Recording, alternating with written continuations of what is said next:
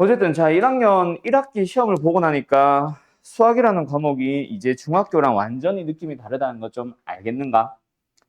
너희가 요번 시험 대비하면서 뭐 어떤 생각을 가지게 됐는지는 나도 잘 모르겠어요. 아, 수학 족같네. 막 이런 사람들도 있을 거고. 뭐, 뭐 그냥 마냥 아쉽기만 한 사람들도 있을 거고 다양할 텐데, 수학이라는 과목이 이제 중학교 때보다 확실히 본격적으로 어려워지지, 그지? 수학이라는 과목 요번 1학기 내용 가지고 얘기를 해보자. 수학이 왜 어려워? 뭔가 이게 영어가 어려운 거랑 수학이 어려운 거랑 좀 느낌이 다르지. 국어나 뭐 과학, 사회가 어려운 부분이 있을 수도 있잖아. 그런 게 어려운 거랑 수학이 어려운 거는 느낌이 아마 좀 다를 겁니다. 어느 한 문제만 딱 봐도 어려운 문제, 영어에서도 킬러 문제는 있을 거고 수학에서도 당연히 킬러 문제는 있어요.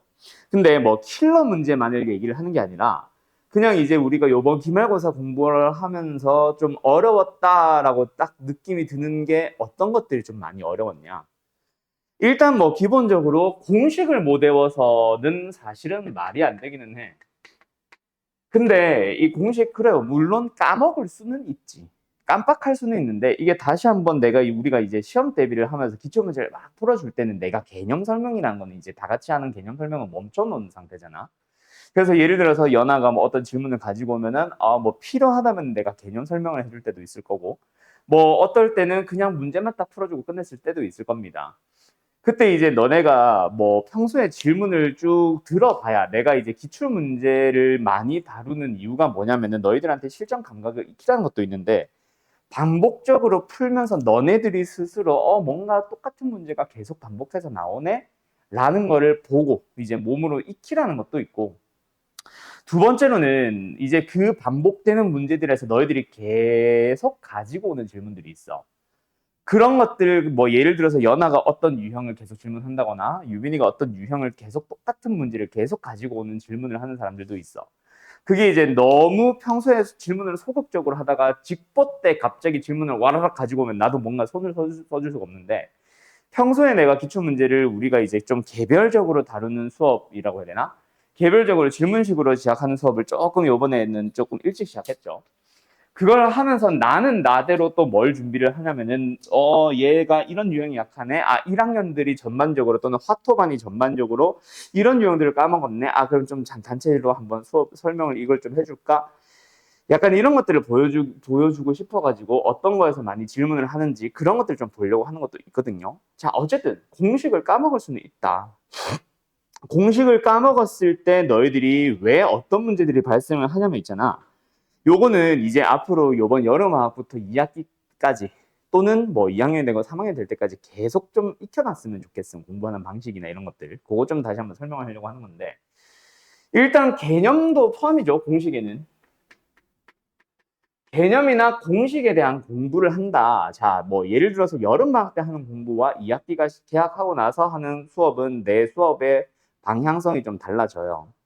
예를 들어서 내가 보여주는 문제풀이 보여주는 걸로는 예를 들어 개념 설명에서는 내가 이런 문제 실전에 이렇게 변형이 나올 수 있어 라던가 이런 것들을 막 보여주진 않아. 이런 실수 조심해야 돼. 이런 것들은 뭐 좀 대표적인 것들은 얘기를 해도 시험에 임박했을 때 관련된 것처럼 이거 서술형으로 나올 수 있으니까 별표 쳐놔 이런 얘기들은 좀 웬만하면 잘 안 하는 편이에요.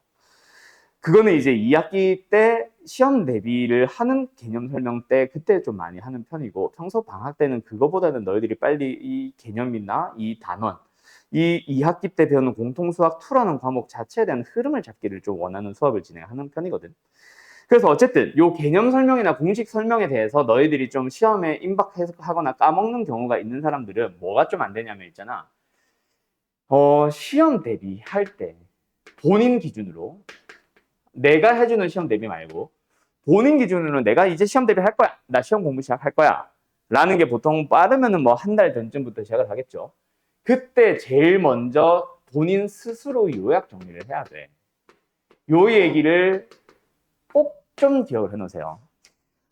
내가 수업할 때 이런 얘기 자주 해주지. 학생들과 선생의 차이. 나와 너희들의 가장 큰 차이가 뭐야? 라고 하면은 뭐가 제일 다를 것 같아? 수학 문제를 푸는 사람의 입장으로서. 뭐가 제일 많이 다를 것 같아? 뭐 이런 얘기를 하면은 뭐 여러 가지 얘기가 나와. 연립방정식에서 하는 얘기들도 있고 한데 일단 나와 너희들의 차이는 있잖아.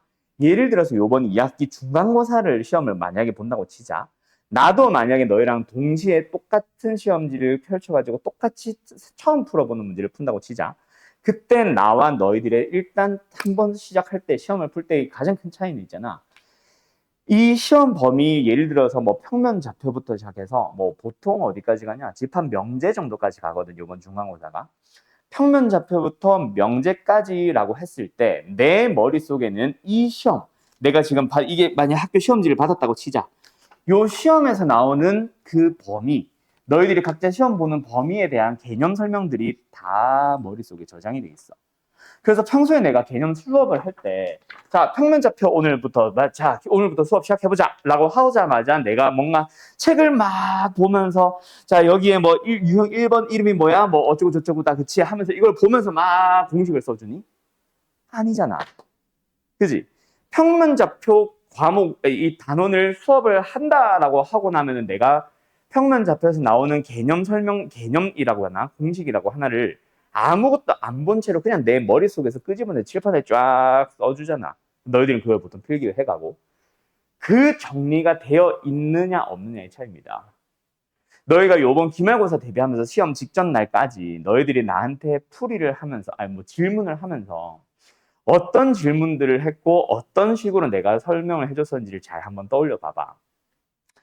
너희들이 분명히 처음 배우는 것도 내가 몇 개를 가르쳐 준 적도 있어. 이거 우리 수업 때 안 했던 건데 지금 같이 한번 해줄게. 설명해 줄게. 이거 설명이 필요해.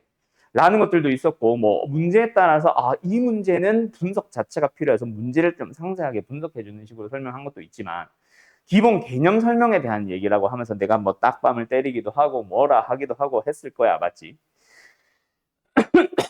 너희들 머릿속에 예를 들어서 2학기 중간고사라고 하자. 2학기 중간고사 범위를 다 배우고 이제 시험 대비를 하게 되는 한 10월쯤이 됐다고 쳐봐봐. 너희들 머릿속에 공식들이 들어가 있을까? 모든 공식들이 다 들어가 있을까? 안 들어가 있을까? 다 들어는 가 있습니다. 그래서 너희들이 질문을 했을 때, 자, 이거 공식 이거였다, 그치라고 하지만, 맞아. 저거 배웠어요. 라는 생각을 딱 하게 되잖아. 그치, 유빈아? 분명히 그걸 하게 되는데 너희들이 풀 때는 끄집어내지 못한 첫 번째 이유. 머릿속에 폴더별 정리가 안 돼 있어요. 예를 들어서 너네가 지금은 이제 지난 거, 예를 들어서 여러 가지 방정식 단원에 있는 모든 개념 설명이라던가 공식들을 다 얘기해봐 라고 했을 때, 그러면 아니면은 방정식이나 부등식은 좀 흐름에 대한 얘기가 많으니까 예를 들어서 순열과 조합에서 순열에 대해서 모든 공식들 다 설명해봐 라고 하면은 뭐 이 공식 내뱉었다가 저 공식 내뱉었다가 이런 것도 있었던 것 같아 하면서 뭐 NCR, N-1CR 더하기 N-1CR-1은 NCR입니다. 뭐 이런 공식들을 막 내뱉을 텐데 그 순서가 중구난방이야. 또는 이 공식이 뭘 의미하는지를 모른 채로 일단 공식을 얘기는 하고 있어. 그 차이예요. 나는 평면좌표라는 단원 하나, 직선의 방정식이라는 한 단원을 설명하기 위해서 있잖아. 내 머릿속에 그 단원에 대한 스토리라던가 아니면은 어느 하나의 개념에서 파생되는 개념. 이거를 알아야만 이걸 가지고 새롭게 만드는 공식. 예를 들어서 내분점 공식을 알아야 무게중심의 좌표 공식이 나오듯이 그런 흐름들이 다 있고 그 흐름에 따라서 설명을 해줌. 너희들도 평소에 공부가 그렇게 되어 있어야 돼. 그래서 수학이라는 과목은 다른 과목들도 다 마찬가지기는 한데 가르칠 수 있는 수준까지 공부를 한 게 가장 베스트야. 그냥 평면좌표를 배웠다가 끝이 아니라 물론 영어나 국어도 그런 방식이 당연히 필요해. 누군가한테 설명할 수 있을 정도로 자세하게 알아야 돼 라고는 얘기는 하셔 선생님들이. 근데 내가 말하는 그 설명할 수 있는 방식을 알아야 된다라는 거, 설명할 수 있는 수준까지 끌어올려야 된다와 영어에서 말하는, 국어에서 말하는 설명할 수 있는 수준까지 공부해야 된다는 좀 그 말하고자 하는 의도가 다름. 영어나 국어 선생님들이 그렇게 설명하시는 거는 진짜 말 그대로 실력이 그만큼 올라야 된다는 얘기고, 수학은 말 그대로 그 흐름을 익혀야 된다는 말이야. 꼭 안 본 채로 얘기할 수 있어야 되는 그런 수준까지 오르라는 얘기가 아니라 보고 얘기를 하더라도 왜 이 공식이 이렇게 만들어지고 그 다음 내용이 왜 앞에 거에서 이어지는지 그런 흐름들을 아는 사람과 모르는 사람들은 천지 차이입니다. 뭔 말인지 알겠죠? 그래서 너희들이 이제 시험 공부를 딱 시작하면 한다라고 하면 있잖아. 나 오늘부터 시험 시작할 거야. 예를 들어서 한 달 뒤에 중간고사를 보는 시기가 됐다고 치자. 그럼 오늘부터 나 시험 공부할래? 라고 하면 제일 먼저 해줘야 되는 작업이 뭐냐면 있잖아. 빈 A4 용지 꺼내가지고 예를 들어서 나는 이번 시험 처음부터 끝까지 어떤 단원들이 있는지 먼저 쫙 써봐. 예를 들어서 뭐 중간고사를 해봐야 몇 장은 안 되지. 그 A4 첫 장 한 장, 첫 장에다가 제일 위에 뭐 예를 들어서 평면좌표라고 쓰고 다음 A4 용지. 직선의 방정식 쓰고 그다음 세 번째 그다음 무슨 단원이었지 고민하면서 원의 방정식도 있었고 도형의 이동도 있었고 그다음에 집합도 있었고 명제도 있었어. 한 요 정도까지가 시험 범위를 치자. 그럼 이 6장에다가 각각 타이틀처럼 제목까지 하나를 써줘. 그러나서 다시 처음으로 돌아와서 평면좌표 종이를 딱 펼쳐 놓으면은 거기에다가 평면좌표에서 배웠던 개념이라던가 공식 또는 뭐 증명이 필요하면 증명 그 다음에 뭐 예를 들어서 이 개념에서 이 개념으로 이 개념에서 이 개념으로 이런 이어지는 흐름 같은 거 그런 것들을 쫙 한번 써보시고요. 그 다음에 좀 더 좋은 거는 그 안에서 많이 나왔던 유형들까지 쫙 써줄 수 있으면 가장 베스트. 그거를 할 줄 알면 있잖아. 문제를 만났을 때 너희들이 문제를 읽는 능력이 어떻게 바뀌냐면은 그냥 뭐 거리를 구하시오라고 해서 그냥 문제를 쳐다보는 게 아니라 이걸 딱 보자마자 내가 배웠던 개념이나 공식이랑 연결이 되고 매칭이 돼. 너희들이 이제 문제를 풀 때 요번에 기말고사 대비하면서 나한테 질문을 했을 때 정말 많은 사람들이 학생들이 그런 식으로 질문했잖아. 나 이 문제 무슨 말인지 모르겠어요. 그냥 질문이에요. 예를 들어 15번이 질문이야. 왜 질문이야? 라고 물어보면 어디까지 풀어서 네 풀이는 뭐야? 라고 하면 그냥 모르겠어요. 이게 왜 그러냐면 있잖아. 문제를 분석할 줄을 모른다는 얘기거든. 문제를 분석할 줄을 모른다는 얘기는 그냥 수학 문제를 막 읽는 게 아니라 여기서부터 여기는 평면좌표 얘기네. 점과 점 사이의 거리를 얘기를 가지고 뭔가 하고 있네. 이번에는 직선의 방정식에 나오는 점과 직선 사이의 거리 공식을 언급을 하고 있네. 원의 방정식에 원의 접선의 방정식 공식에 대한 얘기를 하고 있네. 이런 식으로 분석을 하면서 내가 배운 유형 또는 개념 또는 공식과 이 문제가 매칭이 안 되는 거야. 그러다 보니까 손을 못 대게 되는 경우가 정말 많습니다. 이거는 꼭 기억해둬야 돼. 나중에 너희들이 2학기뿐만 아니라 2학년이 되면 더 심해지고 있잖아. 3학년이 되면 진짜 심해져. 그냥 영문도 모른 채 수투를 배웠다고 해서 그냥 미분을 하고 앉아있다고. 지금 미분이 뭔지는 모르겠지만. 그냥 미분을 하고 있어. 그래서 내가 애들한테 물어봐. 이거 왜 미분했어? 라고 물어보면 있잖아. 전부 다 미분 그냥 수투니까요. 수투의 흐름에서 90% 이상이 미분이거든. 일단 미분하고 시작하거든. 그러면 내가 왜 미분했어? 라고 물어보면은 이유가 없어. 그 2차 방정식을 다루는 너희들도 마찬가지야. 1학년 때도 가끔 이런 일들이 발생하는데 인수분해를 했대. 인수분해 왜 했어? 라고 물어보면 인수분해 되니까요가 답이야. 이게 말이야? 인수분해를 하는 이유가 뭐야? 이 2차 방정식의 근을 구하기 위해서 아니냐? 그 값 자체를 찾기 위해서. 그지? 1보다 큰지 작은지 양수인지 음수인지를 보려면 근의 공식 안 써도 되지. 인수분해를 안 해도 되고 맞죠? 근데 애들이 인수분해를 하고 있다니까? 2학년이 되면 달라질 것 같아? 아니요. 2학년이 되면은 치환을 많이 하게 되는데 치환하고 나면은 1학년 때 배웠던 2차 방정식 정말 많이 갑니다. 너희들이 이제 조만간 대수라는 과목을 배워보면 알 거야. 대수라는 과목이 있잖아. 뭐 절반 이상은 2차 방정식이 이건 아닌데 거의 대부분의 단원들이 2차 방정식으로 언급은 하러 가요. 치환을 해서 2차 방정식 만들기. 그럼 2차 방정식 판별식을 쓰고 뭐 인수분해를 하고 뭐 하고 할 거 아니야? 그때 2차 방정식을 치환을 했어. 뭔가를 t로 치환을 해서 t에 대해서 식을 다시 써봤더니 t에 대한 2차 방정식이 나왔어. 거기서 애들이 인수분해 되게 생겨가지고 인수분해를 하고 있다고. 그래서 내가 물어봐. 아까 말했던 건데 네 이거 왜 인수분해 했어? 라고 물어보면 인수분해 되게 생겨서요. 그러니까 개수가 그냥 t제곱 마이너스 2t 플러스 3은 0, 마이너스 3는 0 이면은 일단 인수분해 하고 보는 거야. 이유도 모른 채. 약간 이런 것들이 나중에 쌓이고 쌓여서 점점 수학이라는 과목이 어려워지게 되거든. 그래서 어쨌든 수학 공부를 한다라고 하면 있잖아. 매일매일 그렇게 해도 좋아.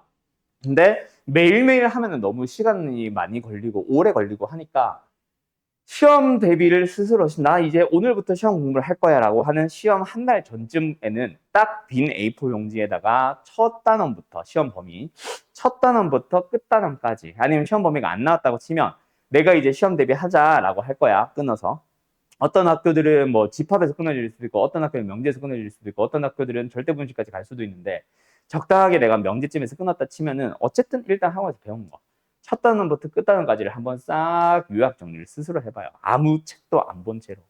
처음엔 듬성듬성 제목만 겨우겨우 쓸 수도 있어. 그래도 괜찮아. 일단 텅 빈 상태로 두고 다시 한번 쭉 책을 훑어보는 거야. 독서하듯이.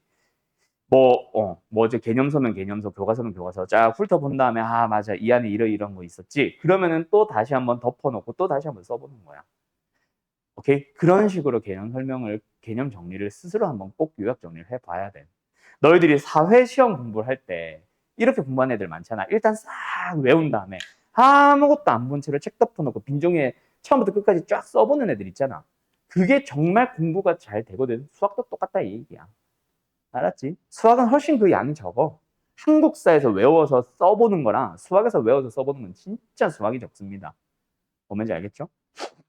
어쨌든 그게 일단 1차적으로 어렵고, 그게 안 되다 보니까 어떤 문제들에서 또 어렵냐면은 다양한 단원이라고 해야 되지. 2개 이상의 단원들이 섞여서 만들어지는 하나의 융합형 문제. 자, 이게 꼭 킬러 문제나 고난도 문제에서 일어나는 일은 아니야. 이제 앞으로 가면 갈수록 역시 더 심해질 겁니다. 공통수학 1과 공통수학 2에서는 사실은 그렇게 많이 일어나지는 일은 아닌데, 너희가 대수를 배우러 가면 갑자기 또 근해 분리가 또 나올 거야. 그때 가서 분명히 100% 너희들이 질문을 한다고. 왜 판별식이 0보다 작아요? 2차 부등식이 0보다 크니까 판별식이 0보다 큰 거 아니에요? 라는 질문을 꼭 하게 돼 있다고. 오케이? 뭐 그런 것들 앞단원이나 뭐 1학년 때 작년에 배웠던 내용들을 뭐 까먹어가지고 질문을 하는 사람들도 있을 텐데, 일단 치환을 하는 것까지는 좋은데 치환을 했더니 근이 분리가 됐네라는 것 자체를 캐치하는 사람들이 사실은 더 드문. 그거를 할 줄 알아야 돼. 자, 요거는 사실 위에서 나온 내용들과 동일한 얘기기는 한데, 너희들이 융합형 문제를 어려워하는 이유가 뭐냐면, 역시 이번에도 요번 시험 내용을 가지고 얘기를 해보자. 조금 거리가 멀기는 한데, 고차 방정식에서 정말 많이 나왔던 얘기 중에 하나가 너희들이 알고 있는 나머지 정리라는 거야. 오케이? 나머지 정리, 예를 들어서 뭐 fx를 x-1로 나눈 나머지를 구하세요 라고 하면 fx에다가 2를 대입하면 그게 답입니다 라는 흐름을 외우고 기억을 하고 있는 것도 중요하지만, 혹시 못하더라도 나머지 정리가 그 f알파는 0이다를 말한다는 걸 까먹었더라도 일단 나눗셈에 대한 얘기 나오면 10까지는 쓸 줄 알아야 된다는 얘기지. 거기서 몫을 사라지게 하고 싶어. QX 부분을 사라지게 하고 싶으니까 X에 2를 넣어봐야지. 이 생각은 기억이 나야 된다는 얘기지.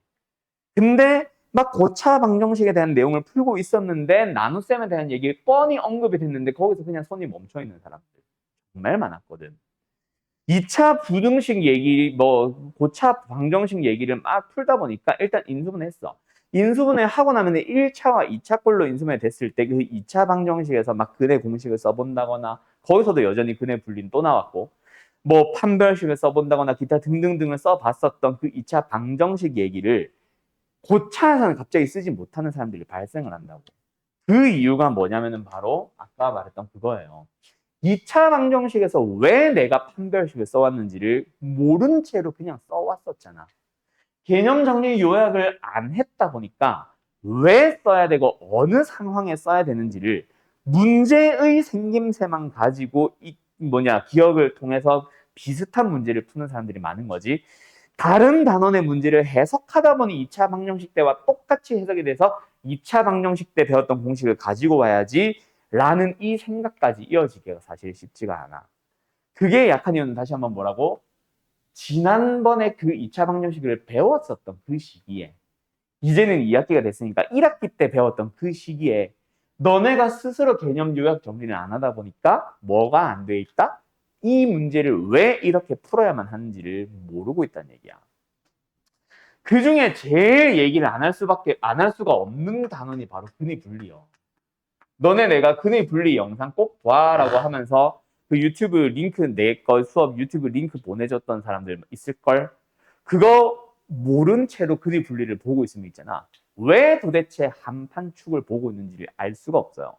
왜 어떤 문제가 함에서 끝나고 판축은 안 봐도 되는지를 모른단 말이야. 그거를 이해를 하고 있으면 있잖아. 대수라는 과목이 되거나 미적분 원이라는 과목으로 가면은 근의 분리가 또 많이 튀어나오거든. 근데 조금씩 변형되어 있는 상태로 해석이 될 겁니다. 딱 대표적인 근의 분리는 두 근이 모두 1보다 크다. 한 근은 1보다 작고 다른 근은 1보다 크다. 이런 문제였잖아. 근데 너희들이 요번 시험만 가지고 예를 들어 보면 또 그런 거 있었지. 적어도 한 근은 1보다 크다. 이런 문제 있었지. 맞죠?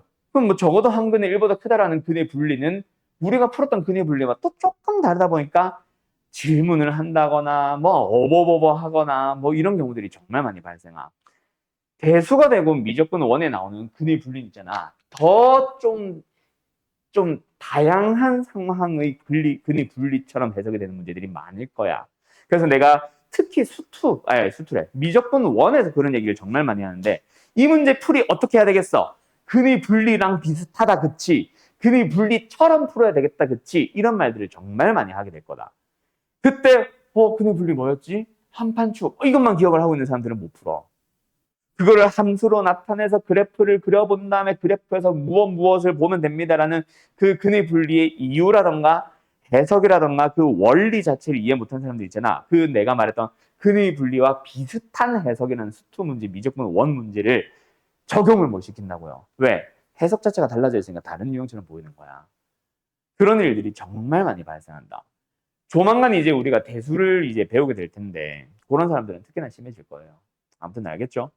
그래서 너희들이 평소에 공부를 할 때 이제 요번에 공통 수학2면 공통 수학2 2학년 1학기가 돼서 대수면 대수 과목을 공부할 때 수학 공부를 할 때 시험 대비를 할 때는 한 달 전쯤 미리 시작을 한다 치면은 일단 요약 정리부터 싹 할 줄 아세요. 그래야 공식을 몰라서 또는 이 개념이 왜 이렇게 되는지 이해를 못해서 다른 단어에서 써먹지 못하는 그런 일들이 조금은 줄어들게 될 거다. 아무튼 알겠죠? 뭐 그런 것들. 그런 게 사실은 수학이 사실은 이게 이거지 이거. 개념 공식을 까먹는 것도 문제지만 유형학습 문제. 옛날에 배웠던 걸 가지고 오지 못하는 그게 사실은 제일 클 겁니다. 아시겠죠? 그리고 뭐 그런 융합형 문제뿐만 아니라 기본적인 개념 문제도 마찬가지야. 일반적인 센, 마플, 우리가 요번에 하고 있는 풍선자 필수 유형, 아니면 계약하고 하게 될 또 마플 시너지, 아니면은 예전에 수업 때 다뤘던 그 뭐였지? 말렙 그 뭐였지? 유형 말렙, 이런 기타 등등등의 문제들에서 흔히 보던 문제와 똑같이 생긴 문제들이 있는가 하면은 말이 살짝 달라졌는데 같은 의미의 문제들도 있잖아. 근데 이제 또 같은 의미의 문제인데 또 해석이 안 된다거나 그런 일들도 발생하게 될 텐데 수학이 어려운 이유는 다양하게 있겠지만 내가 생각하는 가장 큰 문제는 이거야. 기본 문제가 약한 거는 사실 공부 좀 더 열심히 하면 금방 따라와. 문제는 얘.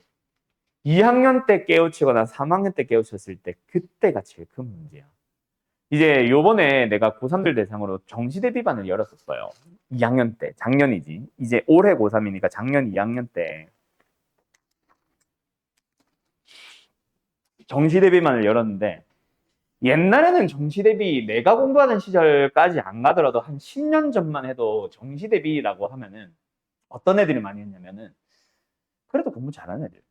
내신으로 대학 갈 때는 그래도 아무리 전교 1, 2등들이라도 한 번씩 한 시험 하나 정도는 중요한 수학 과목이 한 번의 시험 정도는 좀 망쳤을 수 있거든.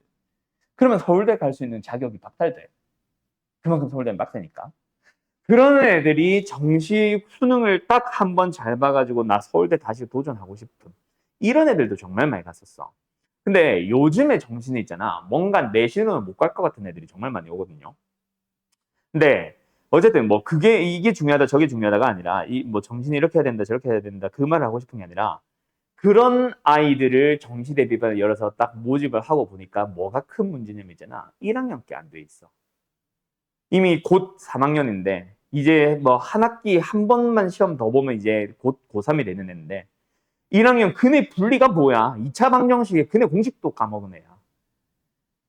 판별식도 까먹어가지고 그 판별식 뭐야? 라고 물어보면은 b제곱 마이너스 하고 한참을 고민하는 애들. 그런 애들이 와 있어. 그런 애들을 막 억지로 막 공통수학, 너희로 치면 공통수학 원투부터 해서 대수, 미적분 원까지 막 열심히 머리에 쑤셔 박아줍니다. 그러면 그 중에 정말 많은 내용들이 튀어나오거든. 아무래도 하루에 습득할 수 있는 양은 어느 정도 한정되어 있을 거냐. 아무리 공부 잘 하지만 머리는 똑똑하지만 안 했던 애들이라고 하더라도 하루에 들어갈 수 있는 양들은 한정돼 있거든. 그럼 그 다음날 또는 그 다음 수업 때 또 집어넣어줘. 또 그 다음 주에 또 집어넣어줘. 그럼 이제 슬슬 축적이 되어 가거든. 그때 너희들이 공부를 제대로 시작하려고 하면 수학이란 과목이 진짜 어려워. 이번에 어쨌든 그래서 정시대비반 하는 애가 2학년 1학기 때 8등급인가를 받고 2학년 2학기 중간고사 때 7등급 정도의 커트라인에 걸쳐가지고 나한테 들으러 온 애가 있었거든.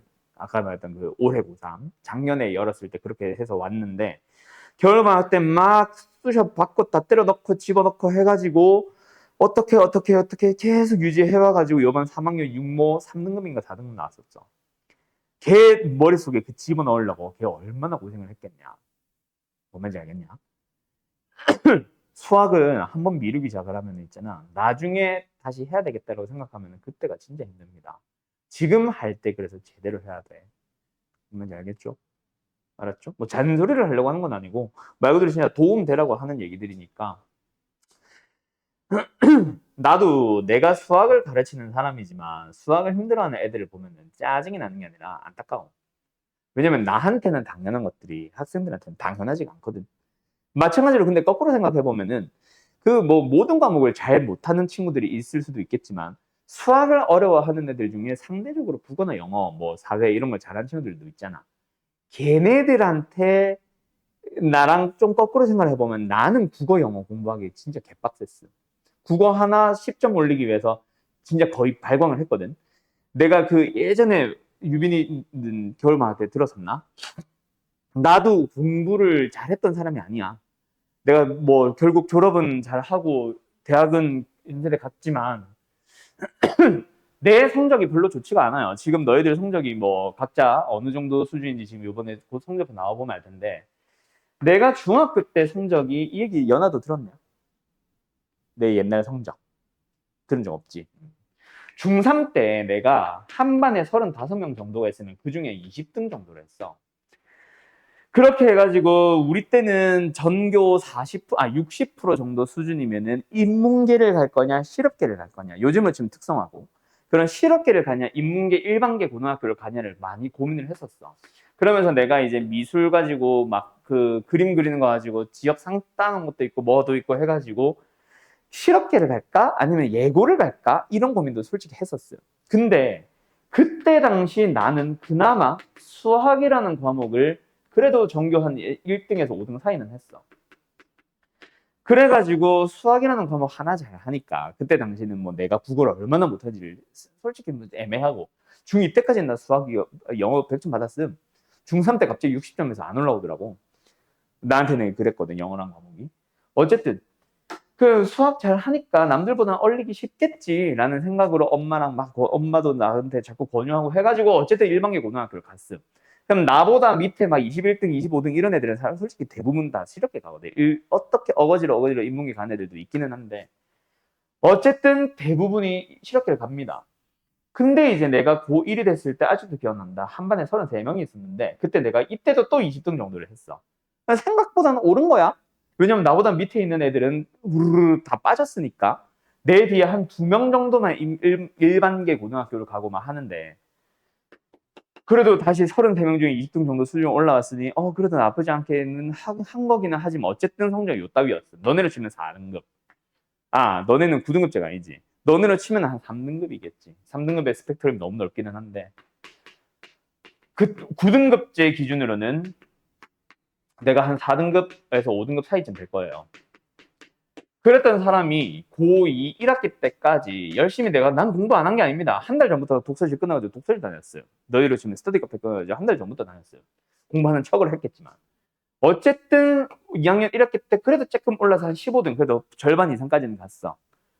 그리고 여름 방학 한 번을 딱 잘 겪어가지고 고2 2학기 때부터 성적이 빡 뛰어오르기 시작하는데 그때 첫 시험 아직도 기억나요. 내가 5등인가 6등인가 했었어. 그러고 나서 고3 졸업할 때 전교 300명 중에 3등 졸업했거든. 여기서부터 이제 성적이 쫙 가파르게 올라가기 시작을 한 거지. 그전에는 공부를 한다고 했지만은 이런 거 없이 그냥 하는 척만 했던 거고, 수학으로 치면 이런 거 없이 영어나 국어도 제대로 공부 못한 채로 그냥 하는 척만 했던 거고, 여기서부터 이제 진짜 해야 되겠다는 생각을 한 거지. 공부 방식이 크게 바뀐 거는 아닐 거야. 그냥 내 마음가짐이 달라진 거지. 성적을 올리기 싫은 사람은 없잖아. 누구나 다 성적을 올리고 싶어. 전교 꼴등하고 9등급 받는 애들도 있잖아. 마음 한켠에는 나 성적 올리고, 시험 좀 잘 보고 싶다. 시험 망치면 그냥 깔깔깔깔이 아니라 속으로는 어디 한 구석에서는 불편한 게 있어. 엄마한테 혼날까봐 두려운 것부터 해서. 그런 게 있단 말이야. 누구나 다. 근데 그거를 실천으로 하냐 안 하냐의 차이인 거지. 그리고 나 저 이번에 진짜 시험 공부 열심히 했어요. 라고 억울한 생각이 드는 사람들도 있을 텐데 있잖아. 열심히 안 했다라는 얘기를 하고 싶은 거는 아니기는 한데, 너보다 더 열심히 한 친구들은 훨씬 많아. 그거는 알아야 돼. 내가 이때 여름방학부터 이 1년 반 정도 되는 시간 동안 내가 공부했던 것만 얘기를 해줄게. 성적이 확 오른 결과를 보인 사람이잖아. 하루에 3시간씩 진짜 딱 하루에 3시간씩 하면서 공부를 했어요. 뭐 이게 좋다 나쁘다 이게 중요한 게 아니라 그만큼 나한테는 절실했거든. 아침 5시에 일어나가지고 바로 눈도 막 제대로 못 뜨고 있는데 어떻게든 어기적 씻고 양치하고 아침 밥 먹고 학교 가가지고 학교에서 자습 한 2시간 하다 보면 애들이 루루 등교해. 그럼 그때부터 애들이 오면 시끄러우니까 귀마개 끼고 막 혼자 또 계속 공부를 해. 수업 때는 수업을 뭐 듣는 둥 마는 둥 하긴 했지만 거의 이제 막바지라. 어쨌든 뭐 수업을 들을 과목은 듣고 아닌 과목들은 혼자 또 뭐 자습하면서 어쨌든 계속 공부를 했음. 밥 먹을 때 너희들도 뭐 밥 먹는 시간 딱 4교시인가 끝나고 나면은 보통 놀기 시작하잖아. 그지? 점심시간 끝나기 전까지. 나는 딱 4교시가 끝나자마자 점심시간이 돼도 뭐 너희들은 요즘 식당을 가는 시대지만 우리는 이제 교실 안에서 밥을 먹었거든. 밥차가 와가지고. 그럼 밥차에 애들이 줄을 선단 말이야. 그 시간이 아까운 거야. 그래서 그냥 4교시가 끝나도 난 그냥 계속 자리에 앉아서 또 시끄러우니까 귀마개 끼고 혼자 공부를 막 해요. 그러다 보면은 앞에 줄이 점점 줄어드는 게 보이거든. 그럼 1명, 2명 남을 때쯤 돼서 이제 나가가지고 밥만 쪼르륵 받고 다시 자리에 바로 앉아. 그러고 나서 또 귀마개 끼고 밥 먹으면서 또 문제를 풀든가 아니면 그게 집중이 안 되거나 하면 영어 듣기만 틀어놓고 그냥 밥을 먹어. 영어 단어를 외우든가. 그러고 나서 딱 밥 다 먹고 나면 그릇만 후다닥 치워놓고 또 자리에 앉아서 계속 공부를 해요. 그냥 말 그대로 짜투리 시간들이 남지 않게 계속 공부를 해가지고 하루에 3시간씩 잤어요. 우리 때는 이제 밤 10시까지 학교에서 의무적으로 자습을 하는 시대였으니까 10시까지 계속 자습을 하고 나서 10시에 학원을 가면은 보통 학원이 빠르면 12시, 늦으면 새벽 1시쯤 해서 끝났거든. 우리 때는 그랬었음. 그러면 이제 끝나고 나면은 바로 독서실 쪼르륵 달려가요.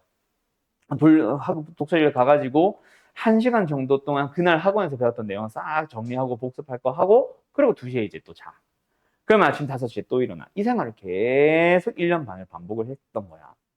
너희들이 뭐 방금 뭐 예를 들어서 나중에 혹시 내가 나 이번에 진짜 공부 열심히 했는데 너무 억울해 라는 생각이 드는 사람들은 방금 내가 얘기해준 생활과 한번 비교를 해봐봐. 너희들이 과연 그 시험 대비를 하는 짧은 한 달이라는 시간, 한 달도 안 되는 시간 동안 이렇게 공부를 하는 친구들도 있었을 텐데 그것보다 열심히 했을까라는 생각을 해봐봐. 이게 절대적인 시간을 늘릴 수 있는 방법은 짜투리 시간을 없애는 거. 짜투리 시간 애도 공부하는 방법밖에 없는데 특히 요즘 너희들은 나 때보다 학원에 의존하는 시간이 길잖아.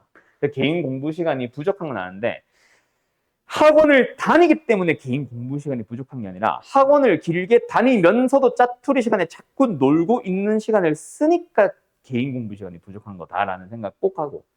뭔 말인지 알겠어요? 그런 식으로 본인 스스로 너희가 과연 진짜 누구한테도 뒤지지 않을 만큼 전교 1등 하는 친구들한테도 뒤지지 않을 만큼 공부를 했는가? 라는 생각을 해야 돼. 내가 진짜 열심히 공부해서 오늘 하루 8시간 동안 풀로 자습을 공부를 진짜 뿌듯하게 했다고 치자. 하루가 됐든 이틀이 됐든. 근데 전교 1등들이 한 6시간, 7시간 공부를 했다고 치자. 그러면 얘가 공부를 많이 한 걸까? 아니. 전교 1등들은 실력이 좋기 때문에 똑같이 만약에 한 6시간만 공부해도 너희들이 12시간 공부한 효과를 낼 거야. 무슨 말인지 알겠니? 풀어내는 양이 다르잖아. 빠르니까. 글을 읽거나 이해하는 속도가 빠르잖아, 걔네들은. 그러다 보니까 너희들이 이 전교 1등을 목표로 한 건 아니겠지만 어쨌든 너네보다 훨씬 잘하는 애들까지 내가 예를 들어서 1등급까지 끌어올리기 위해서 1등급 커트라인에 걸쳐 있는 애들과 비교하면은 지금 현재 내 성적이 만약에 3등급이면 뭐 5등급제한테 자꾸 3등급 얘기하면 좀 이상한데 어쨌든 내가 2등급 석거리를 했다 치자. 그러면은 1등급 커트라인에 걸려 있는 걔네들과 비교를 하면은 나의 실력은 한참 뒤처진 건 맞습니다. 그러면 걔네들보다 훨씬 2시간, 3시간, 4시간 많은 시간을 공부해야 된다는 것도 인정을 해야 돼. 그래서 짜투리 시간을 없애야 됩니다. 라고 얘기를 계속 하는 거예요. 잠을 줄여가면서. 애들을 막 유튜브 보고 하는 시간을 없애가면서. 시험 끝났다고 애들 막 놀러 다닐 때 나는 그 시간에 시험에 대한 복습을 하는 거지. 내가 이걸 왜 틀렸을까? 왜 내가 외웠는데 까먹었을까? 내가 배운 내용 중에서 얼마나 나왔고 내가 공부하지 않은 내용 중에서 얼마나 나왔는지 왜 놓쳤는지를 좀 자기 반성의 시간도 가져보고 이런 것들을 하냐 못하냐에서 성적 향상이 이뤄지냐 못 이루어지냐가 많이 차이나. 내가 이 얘기를 자주 하는 이유 중에 하나가 뭐 잔소리를 하고 싶어서도 아니고 내가 가르쳤던 제자들 중에서도 막 5등급, 6등급 받다가 1등급, 2등급 올라간 애들이 진짜 많거든. 9등급제 기준으로. 그런 친구들이 대부분이 내가 이런 얘기를 했을 때 행동을 바꿔. 내가 전에도 얘기했었나? 막 내가 자주 예를 드는 애들 중에 한 명이 있는데 걔의 다양한 스토리를 너네한테 꼭 다른 사람처럼 막 얘기를 해주는데 대부분 몇 명 안 됨. 내가 너희들한테 예시를 들어준 애들이 실제로 한 5명 정도인데 여러 가지 스토리들이 있어서 다 쪼개주는 건데요. 어쨌든 어떤 애 하나가 예비 고1이었지. 너네 작년 겨울방학. 예비 고1 때 이제 나름 너희들로 치면 공통수학 1, 2를 다 공부했다고 해서 그 전년도 해의 고1 11월 모의고사, 10월 모의고사, 12월이겠다. 12월 모의고사를 풀려봤어. 애가 40점을 받은 거야. 완전 애가 엉엉 울고 난리가 났어. 근데 보통 시험을 치고 우는 이유는 내가 열심히 했는데 안 나와서 보통 울거든. 안 했는데 울지는 않고. 어쨌든 막 엉엉 울어. 그랬던 애가 고등학교 딱 가자마자 전교 5등 안에 들기 시작을 하더니 고3 졸업할 때까지 거의 2학년 때부터는 1학년 2학기 때부터는 전교 1, 2등을 놓치지 않은 친구가 하나가 있어요. 걔가 원래부터 진짜 똑똑했냐라고 하면은 걔는 똑똑한 케이스는 아니야. 내가 아무리 공식을 알려줘도 가 없어. 한참을 왜요 이렇게 계속 치면 이해가 안 돼가지고. 그래서 이거 그냥 이거 도저히 못 외우겠는데 그냥 이해가 안 되는데 그냥 외워도 돼요 하면 내가 막 지랄 발광을 해서라도 무조건 이해를 하라고 막 그랬었던 애거든. 걔가 공부를 그렇게 했어. 나는 이제 10시까지 자습하던 야자하던 시절이니까 요즘 공부했던 걔를 기준으로 얘기를 해주면은 학교 끝난 게 5시입니다. 5시에 끝나고 보통 학원을 가죠. 5시 반, 6시. 그 전에 애매하게 한 30분, 40분이 떠도 걔는 놀러 다니진 않고 무조건 학원 근처 독서실 걔는 항상 다녔어.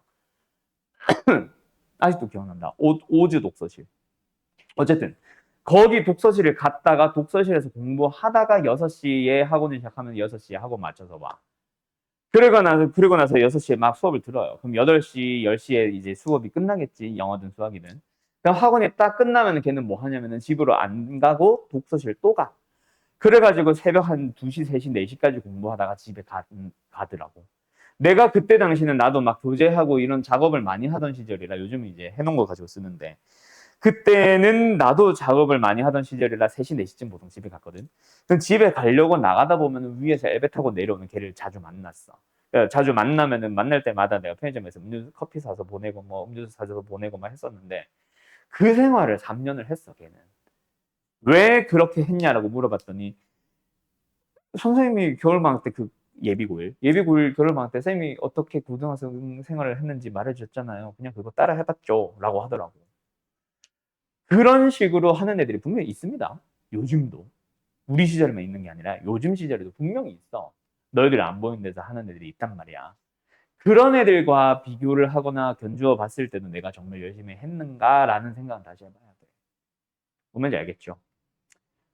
그런 식으로 하셔야 됩니다. 절실함을 가지고 뭐 물리적인 시간을 얘기하는 건 아니라. 알았지? 알았지? 뭐 말을 하다 보니 자꾸 잔소리가 되는데 어쨌든 그래서 이제 공통수학 2라는 과목을 공부를 할 때 오늘은 아까도 말했듯이 뭐 개념 설명은 아예 안 할 수도 있겠다. 오늘은 그냥 뭐 오늘은 이제 2부 때는 잠깐 쉬었다가 2부 때는 무슨 얘기 좀 하다가 오늘 끝낼 거냐면은 그냥 공통수학 2라는 과목 자체의 특징, 그러니까 2학기 때 너희들이 공부해야 되는 방법이라던가 어떤 단원들을 위주로 공부를 해야 된다라던가 그런 것들을 좀 쭉 얘기를 해주고 넘어갈 거예요, 오늘은. 알았죠? 결과부터 미리 좀 이따가 쉬었다가 할 얘기 하나만 딱 하고 잠깐 쉬자. 공통수학 1이 쉽게, 공통수학 2가 쉽게. 연아야. 너 공통수학도 해봤지? 유빈이도 공통수학도 해봤지, 조금은. 어느 정도는 해봤지. 아, 그지? 아예 백지는 아니지. 1이 어렵든 2가 어렵든. 연아는? 예전에 배웠던 시기를 생각해봐. 비슷했던 것 같아? 유빈이는? 1이 더 어려웠어요. 맞아요. 공통수학 1이 2보다 좀 더 어려워. 왜 그러냐면 있잖아.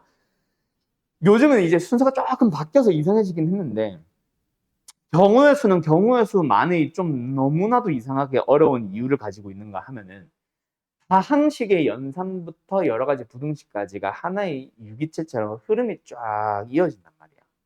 앞에 하나가 흔들리면 2차 방정식 하나가 흔들리면 여러 가지 방정식이 안 돼. 이런 게 좀 있어. 공통수학 2 도형 어렵죠. 근데 그거는 도형이라서 어려운 거지. 도형 안에 내용이 막 서로 유기체처럼 얽히고 설켜가지고 이거 모르면 저것도 모르고 저거 모르고 이거 모르고 이런 느낌이랑 조금 달라. 그거랑 그게 어려운 거랑 좀 다르거든. 그냥 공식 자체가 어렵고 도형이라서 그림을 그려야 되는데 안 그려서 어려운 약간 이런 게 있는 거 말고는 사실은 그 뒷단원부터는 사실은 똑같아. 그냥 함수만 잘하면 되고 합성함수, 유리함수는 뭐 함수인데 얘기가 살짝 이어지긴 하는데 그냥 합성함수만 잘해도 답은 나와. 역함수만 잘해도 답은 나오고. 유리함수, 무리함수로 가도 마찬가지예요. 유리함수 하나만 잘하면 유리함수 단어는 마스터해. 함수 단어를 조금 까먹은 게 있더라도. 뭔 말인지 알겠냐? 무리함수도 무리함수만에 딱 하나 그게 있고 그 사이에 집합 명제를 빠뜨렸네. 집합을 모르면 명제가 조금 흔들리기는 하지만 그래도 엄청난 영향을 끼치는 것까지는 아니야. 2차 방정식을 몰라서 고차를 틀리는 것과는 느낌이 완전 차원이 달라요. 그래서 한 단원 한 단원이 약간 개별적으로 독립적인 존재처럼 존재함. 공통수학 2는. 그래서 내가 예를 들어서 뭐 하나의 뭐 도형에서 좀 약점을 보이더라도 다른 단원들에서 충분히 강세를 보일 수 있고 이런 것들이 있어가지고 공통수학 2가 무조건 점수 올리기 제일 좋은 케이스다. 알겠죠? 그래서 훨씬 도형이 좀 어렵긴 하겠지만 어쨌든 훨씬 더 쉽게 점수를 따라갈 수 있는 과목이니까 희망은 가지고. 알았죠? 근데 그게 다시 깨지기 전에 대수다. 대수랑 수투는 완전히 한 과목의 약간 그냥 대수라는 한 큰 단원이 있다라고 생각을 해야 되고 미적분 원은 더 심하고 미적분 원이라는 한 단원 안에 있는 거를 학기 2번으로 쪼개서 배우는 거니까 거기는 또 다시 흐름이 생기는데 어쨌든 이번 학기는 좀 그거랑 좀 거리가 멀 겁니다. 알았죠? 자, 어쨌든 그래서 잠깐 쉬었다가 뭐 30분 조금 넘으면 바로 시작할게요. 오늘은 딱 그렇게 해서 30분 정도 공통수학 2 얘기만 하고 마칠게요. 알았죠? 진도 나가는 거는 다음 주 토요일부터. 알았지? 다음 주 화요일은 우리 학원 방학이라서 쉬는 거 알죠? 알았죠? 그 방학 때 일주일 정도 되는 시간 동안 뭐 애매하게 배우고 애매하게 숙제 내느니 진도 나가는 거는 그때 나가도록 하고 오늘은 그렇게 공통수학도 흐름에 대해서만 얘기하고 마칩시다. 어차피 교재도 없고. 알았지? 예, 잠깐 쉬었다 합시다. 내가 목이 아파서 쉬어야겠다. 자, 어쨌든 갑시다. 방금 뭐 잠깐 공통수학 1과 2에 대해서 큰 얘기만 했는데 공통수학 1은 첫 단원부터 뭐 그 경우의 수 전까지는 보통 좀 큰 흐름이 하나 있었다라고 얘기를 했었죠. 공통수학 2라는 과목 첫 단원부터 쭉 얘기를 해보자. 제일 첫 단원은 일단은 큰 단원의 대단원의 이름으로 먼저 얘기를 하자면 도형의 방정식. 끝나고 나면은 집합과 명제. 그 다음에 세 번째로는 함수 이렇게 쪼개지는데 그 안에서 좀 더 세부적으로 얘기를 해보자면은 도형의 방정식은 일단 첫 단원이 저거 평면좌표고요. 그 다음에는 이어서 직선의 방정식. 그 다음에는 원의 방정식. 그 다음에 마지막으로는 도형의 이동. 이렇게 딱 4개의 단원으로 이루어져 있는데, 자, 내가 여태까지 공통수학 1을 하면서는 뭐 공식 기억나 안 나를 아주 자세하게 매번 물어보거나 하는 단원들은 사실은 적었지. 판별식이나 근해 공식 정도가 공식이었고 나머지는 좀 공식보다는 그냥 말 그대로 그냥 개념에 대한 얘기들이 더 많았잖아. 공식보다는, 그지? 근데 얘네들은 일단 기본적으로 무조건 공식이 너희들 머릿속에 없으면 안 된다. 무조건 일단 공식을 외우고 시작하는 거. 그래서 다음 주까지 굳이 숙제라고 한다면은 평면 좌표에 나오는 공식들은 꼭 기억을 해오세요. 내가 몇 개 정리해 줄 거야. 직선의 방정식 들어가기 전에도 내가 이 공식들은 꼭 외워와. 원의 방정식에서도 이 공식들은 또 외워와 라고 할 거야. 내가 다음부터 수업을 할 때. 알았지? 그게 약간 예습 느낌의 공식 외워오기. 증명까지 하라는 얘기는 아니니까 공식을 말은 해줄 수 있는 정도는 외워오셔야 됩니다. 뭔지 알겠죠? 근데 마치 영어 단어 외워오는 것처럼. 자, 어쨌든 공식을 반드시 외워둬야 되고 있잖아. 그 다음에 너네들이 문제를 풀 때 항상은 아니지만 100%는 아니지만 한 90% 이상 그림을 반드시 그려야 돼. 그 그림 안에서 나오는 특징들이 있단 말이야. 그래서 너희가 그 요번 1학기 거를 생각을 해보면은 근의 분리를 할 때도 내가 그림 그래프 그리라고 했었지. 맞죠? 그리고 항상 성립하는 2차 부등식에서도 내가 그림을 그리라고, 그래프를 그리라고 했을 거야. 물론 익숙해졌기 때문에 그냥 판별식보다 작으면 된다 그치라고 시험 대비 때는 했지만 사실 처음에 설명했던 그 마플 시너지로 수업을 했을 때는 그래프를 계속 강조를 해줬을 거란 말이야. 그것과는 차원이 다릅니다. 원방, 직방에서는 그림을 안 그리면 아예 이해를 못하는 느낌의 문제들이 훨씬 더 많을 거야. 그림으로 풀고 이름부터가 도형의 식이잖아. 도형을 식으로 써보자라는 게 약간 공식이라면 식으로 나와 있는 내용을 도형으로 한번 풀어보자가 풀이라고 생각해야 돼. 그래서 무조건 그림을 좀 나는 특히나 많이 그릴 거고 너희들한테도 웬만하면 그리라고 계속 할 거예요. 그래서 문제가 그림이 나와 있는 문제가 있고 말로만 주절주절 하는 문제가 있을 거야. 뭐의 난이도가 높다? 말로 주절주절 하는 문제들이 더 난이도가 높다. 왜? 너네한테 그리라는 문제거든. 근데 반대로 그림을 줬다라는 건 뭐다? 그 그림 안에서 특징들 몇 가지를 캐치를 해줘야 된다라는 얘기야. 그림은 너네한테 그려줬으니까 이제. 알았지? 특징 정도 너희들이 찾으라는 얘기가 되겠죠.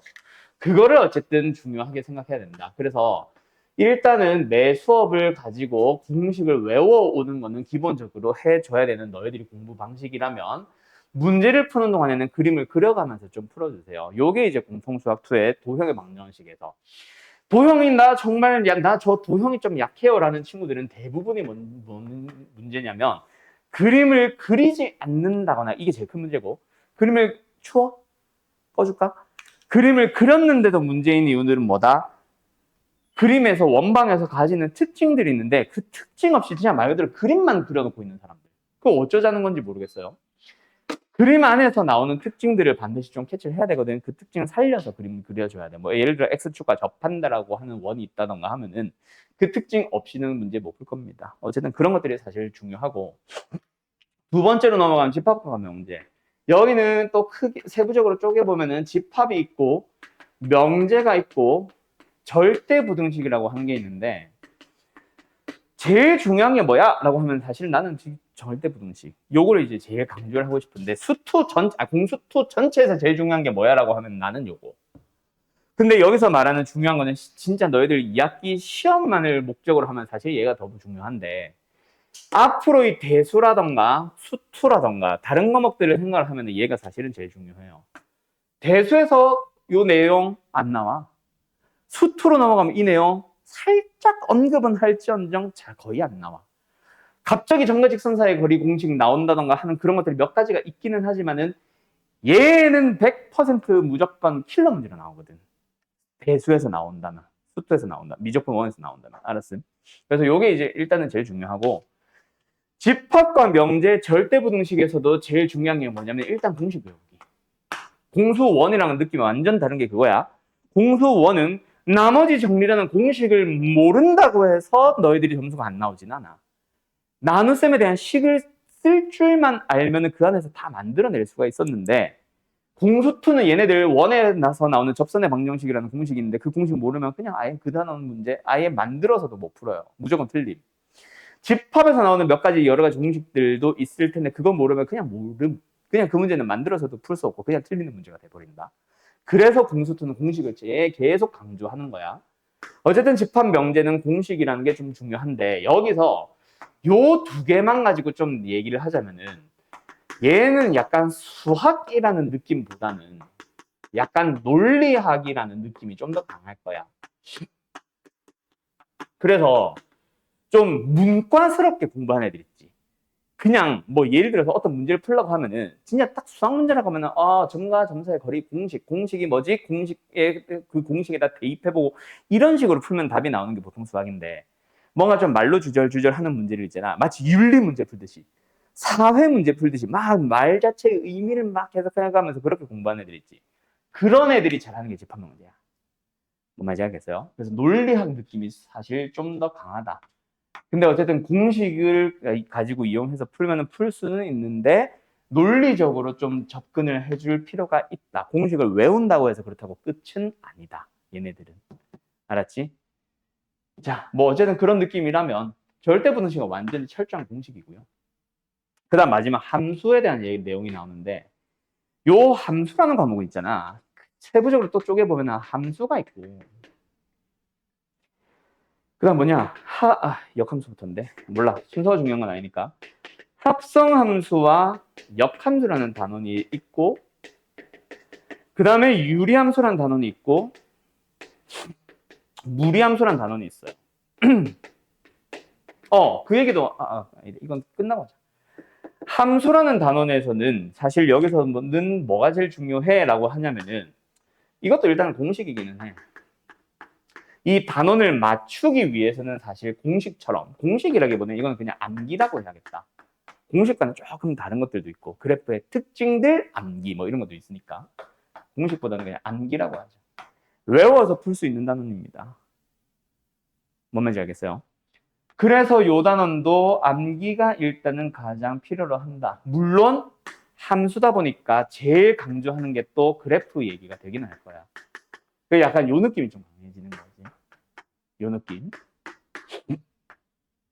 그려가지고 그 그림을 통해서 찾아가는 요런 느낌들이 많이 들 거고 그래서 유리함수 딱 시작하자마자 내가 몇 가지 특징들 쫙 외우라고 할 겁니다. 근데 몇 가지 외우라고 던져만 주고 나서 바로 시작하는 게 계속 그래프 그릴 거야. 무리함수 특징 외우라고 하는 것조차 없어요. 무리함수는 유리함수랑 좀 다르게 특징들을 외워서 하는 게 아니라 그래프를 그리기만 하면은 그 안에서 특징들이 다 나타나 있어. 그래서 무조건 그래프를 그릴 겁니다. 그래서 유리함수 설명하시는 방식 선생님들마다 조금씩 다를 수는 있어요. 앞에 것도 걷지 왜? 앞에 건 기자. 자 어쨌든 외우라고 하시는 선생님들도 있기는 한데 나는 외우라는 것도 있기는 하지만 그거보다 일단 무조건 계속 그래프 그려볼래? 너 이 함수 그래프 그려볼래? 그래프 그리기를 제일 많이 연습시킬 거야.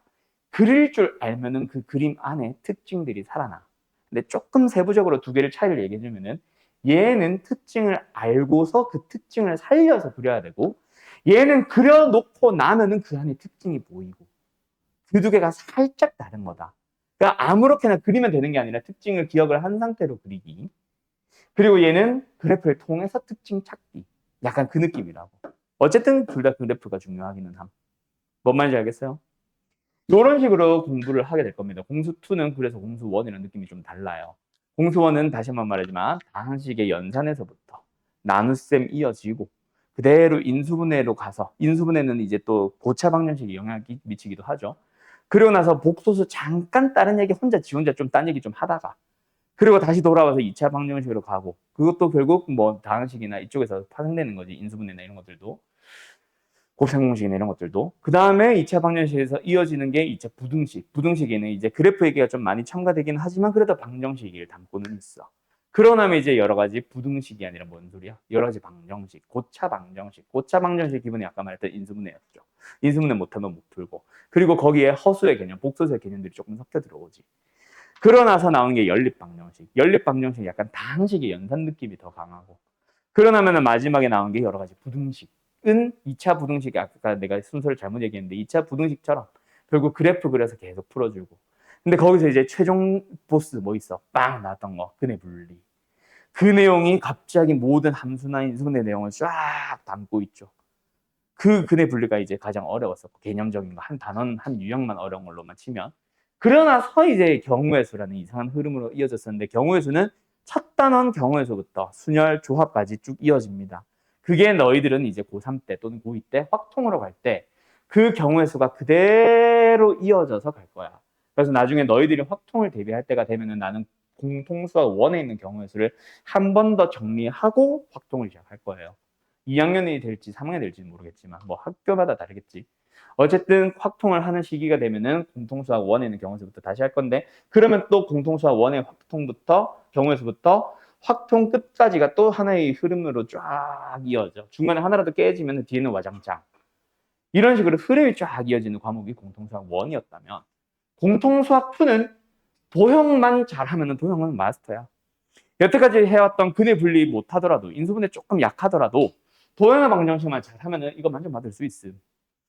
집합과 명제, 절대부등식 물론 뭐 아예 무관하다라고 하긴 좀 그렇지만 그래도 집합 명제만 잘하고 여기서 쓰이는 앞단원이나 공통수학 앞 과목의 내용이 몇 개 나온다면 그거 한두 개만 잘하면은 집합 명제 잘하면 잘 됩니다.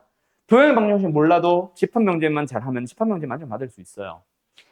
함수도 마찬가지야. 좀 그래프 느낌이 강해서 약간 뭐냐 공통수학 1에서 나왔던 그 2차 함수, 2차 방정식 내용이 아예 없다라고 하기는 좀 그렇지만은 그래도 그걸 못했다고 하더라도 앞에 있는 집합 명제나 도형이 약했다고 하더라도 함수만 잘하면 함수에서는 또 100점 받을 수 있어. 그래서 하나하나 뚝뚝뚝뚝 끊어져 있는 단원이라서 그래서 뭐 중간중간 조금 약한 부분이 있었다면 본인 스스로 나 절대공식 좀 약했어. 나 원방이 좀 약했어. 공식 좀 제대로 못 외워서 수업할 때 방학 때 수업할 때 나 원방 좀 제대로 못했어. 그런 사람들 같은 경우에는 나중에 2학기가 되면은 그 부족했던 원방만 채우면 되고 절대공식만 채우면 됩니다. 그게 공통수학 2가 공통수학 1보다 비교적 조금 쉽게 느껴진 이유는 바로 그거야. 단원들마다 끊겨 있거든. 뭔가 앞에 그 인수분해를 잘 못했다고 해서 고차가 안 되는 경우의 수를 못했다고 해서 순열이 안 되는 이런 느낌이 조금 많이 드물기는 해요. 알았죠? 물론 요 안에서 요 4개는 좀 연관되기는 해. 특히 이동. 이동은 요 3개를 가지고 만드는 거야. 도형의 이동에서 나오는 공식을 몰라서 틀리는 사람들이 여기 앞으로 없어. 이동을 못 시켜서가 아니라 이동을 했는데 원이 접한대. 이동을 했는데 직선이 어쩌고 저쩌고 그래.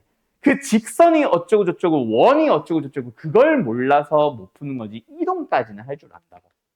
뭔 말인지 알겠죠? 그래서 어쨌든 요 단원만 조금 그런 느낌이 있는가 하면 나머지는 다 각각의 약간 개별적인 독립적인 개념들이니까 어디가 내가 약한지 어느 부분이 약한지 이번 방학 때 잘 습득을 해둬라.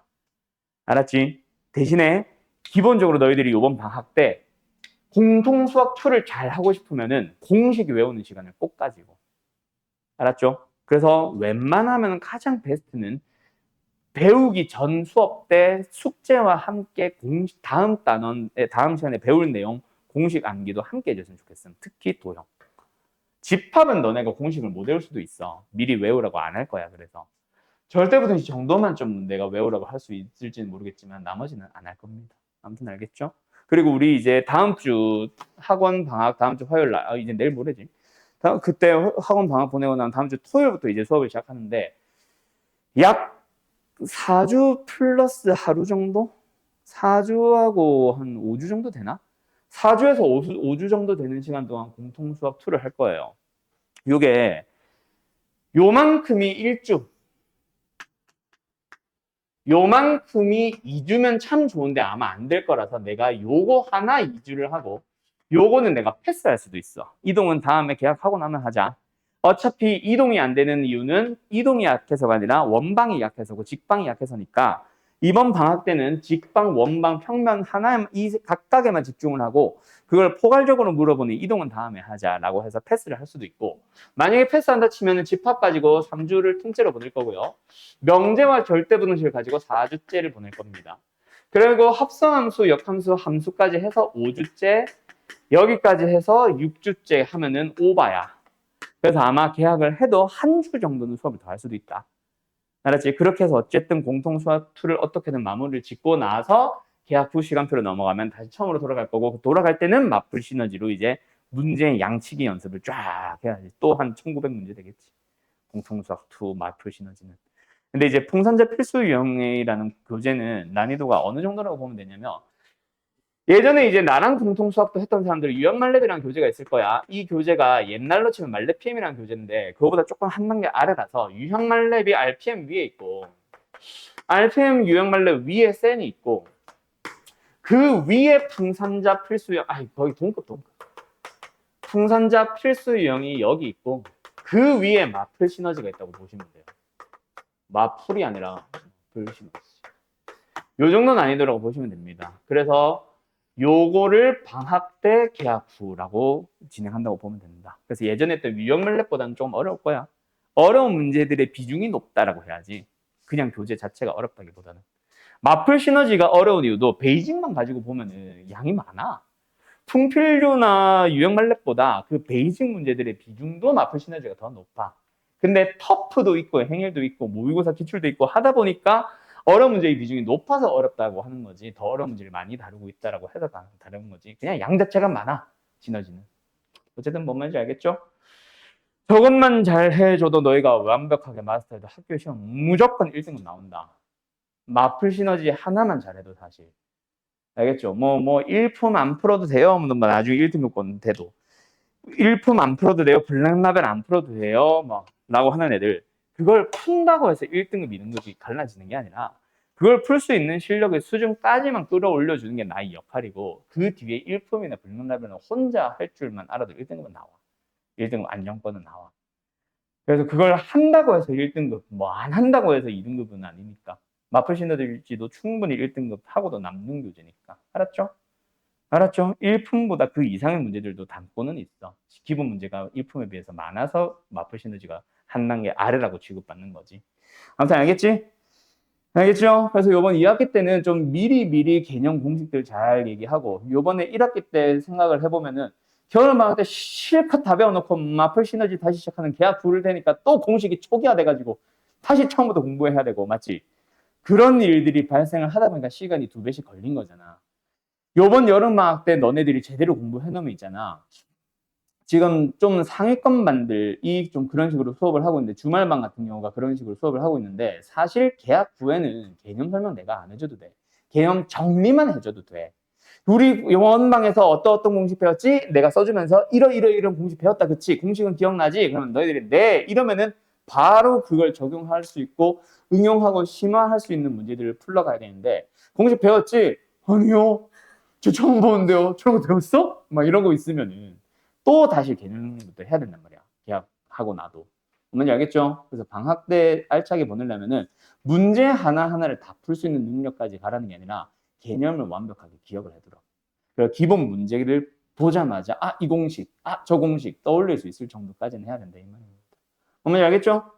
자, 어쨌든 뭐 보니까 지금 우리 학원이 전부 다 지금 막 휴강하는 것 같고 막 수업도 없고 난리 났고 나 혼자 수업하고 있는 것 같은데 어쨌든 그래서 우리도 오늘은 일단 여기까지. 알았죠? 오늘은 원래 뭐 전에 시은이랑도 한번 얘기했었는데 오늘 쉴까 말까를 좀 많이 고민을 했는데 아까도 뭐 시은이 오기 전에 얘기했던 것처럼 다음 주 화요일도 어차피 학원 방학이라서 쉬기도 하고 그래서 시험도 끝났고 하고 공수투 마음가짐 좀 다잡자는 의미로 그냥 얼굴 볼 겸 해서 불렀으니까 오늘 여기까지 합시다. 알았죠? 자, 그리고 다음 주 교재 풍산자 필수형이다. 풍산자 아니다. 풍산자 필수 유형이야. 알았지? 알았지? 그 RPM으로 치면은 개념 원리에 해당하는 게 풍산자고 개념 원리 RPM에 해당하는 게 풍산자 필수 유형이거든. 그 풍산자 필수 유형으로 공통 수학도 준비해 오시면 됩니다. 알았지요? 오케이? 오케이. 다음 주 한 주 잘 쉬고 다음 주 토요일에 봅시다. 빠이빠이.